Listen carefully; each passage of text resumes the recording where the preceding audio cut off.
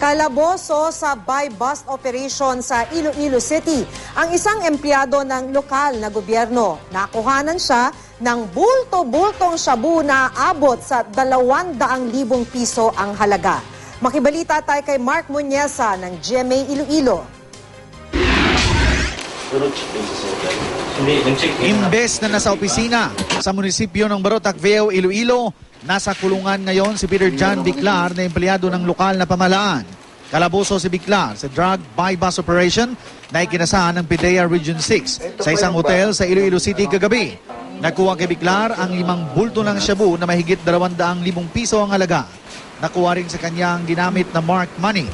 Tumangging magbigay ng bayad si Biclar. Pero sabi raw niya sa mga otoridad, nagsisisi siya. Pinaghahanap ngayon ang isa pa umanong kasamahan ni Biclar. Naharap si Biclar sa kasong paglabag sa Comprehensive Dangerous Drugs Act. Sa hiwalay namang operasyon sa lungsod, nahuli rin ang 3 lalaki at isang babaeng gumagamit naman daw ng ipinagbabawal na droga. Minor de edad ang isa sa mga lalaki. Kaya naabtan ito dito sa isa ka lugar nga kung lang taon mo daw drug din.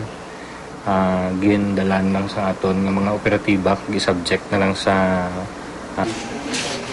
Sakaling magpositibo sa drug test, isa sa ilalim ang 4 sa rehabilitasyon.